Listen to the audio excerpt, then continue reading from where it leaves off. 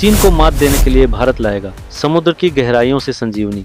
जानिए सरकार की पूरी रणनीति। चीन ने भारत को रेयर अर्थ मैग्नेट्स की सप्लाई रोक रखी है, जिससे देश की कई इंडस्ट्रीज पर असर पड़ा है।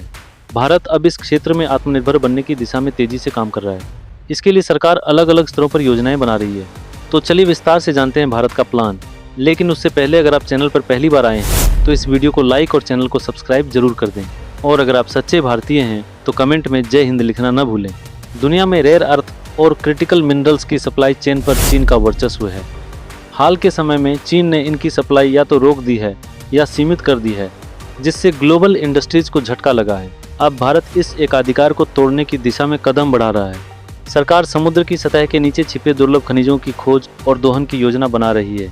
खबरों के मुताबिक भारत अरब सागर में लगभग 10,000 वर्ग किलोमीटर क्षेत्र में खनन के अधिकार के लिए इंटरनेशनल सीबेड अथॉरिटी से संपर्क करने की तैयारी कर रहा है। इसके साथ साथ इन खनिजों को प्रोसेस करने की तकनीकों को विकसित करने पर भी काम चल रहा है।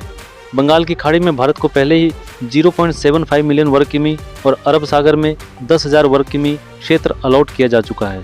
हिंद महासागर में किए गए सर्वे में कोबाल्ट, निकल, कॉपर और मैग्नीज जैसे महत्वपूर्ण खनिज पाए गए हैं। मॉरिशस के पास समुद्र में भी कॉपर, कोबाल्ट, प्लेटिनम और सोने की मौजूदगी दर्ज की गई है। विशेषज्ञ मानते हैं कि इन खनिजों को निकाले बिना पर्यावरण को नुकसान न पहुंचे, इसके लिए सुरक्षित तकनीक जरूरी है और भारत फिलहाल इस दिशा में रिसर्च और डेवलपमेंट कर रहा है। फ्रांस, दक्षिण कोरिया और चीन जैसे देश भी समुद्र से इन खनिजों को निकालने के लिए सुरक्षित तकनीक विकसित कर रहे हैं। भारत के पास दुनिया का 5वां सबसे बड़ा रेयर अर्थ भंडार करीब 59 लाख टन है, लेकिन रिफाइनिंग और मैग्नेट प्रोडक्शन में हम अभी पीछे हैं।